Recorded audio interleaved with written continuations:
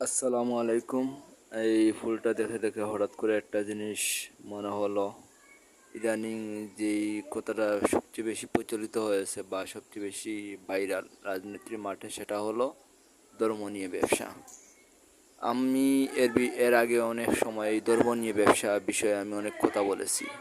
আসলে ধর্ম নিয়ে ব্যবসার চাইতে বড় বিষয় হলো বাংলাদেশের যুগের পর যুগ রাজনৈতিক ব্যবসা। আর ওই রাজনৈতিক ব্যবসাটারে পুঁজি করে আওয়ামী লীগ, বিএনপি, শুধু আওয়ামী লীগ নয়, আওয়ামী লীগের দূষর হলো বিএনপি।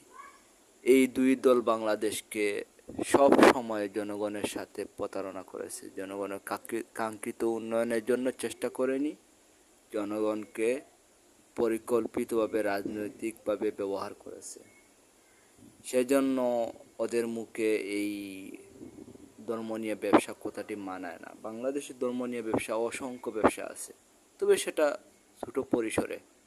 আপনি দেবেন বান্ডারি, চরমুনাই, এগুলো অনেক আছে যারা ব্যবসা করে। কিন্তু রাজনৈতিক ব্যবসাটা বিরাট একটা পুঁজির ব্যবসা। আপনারা জানেন, একটা কার্যালয় খুলবে প্রথমে, কার্যালয় খোলার পর থেকে এই কার্যালয়ের মাধ্যমে হাজার হাজার ব্যবসা করে এই রাজনৈতিক দলগুলো।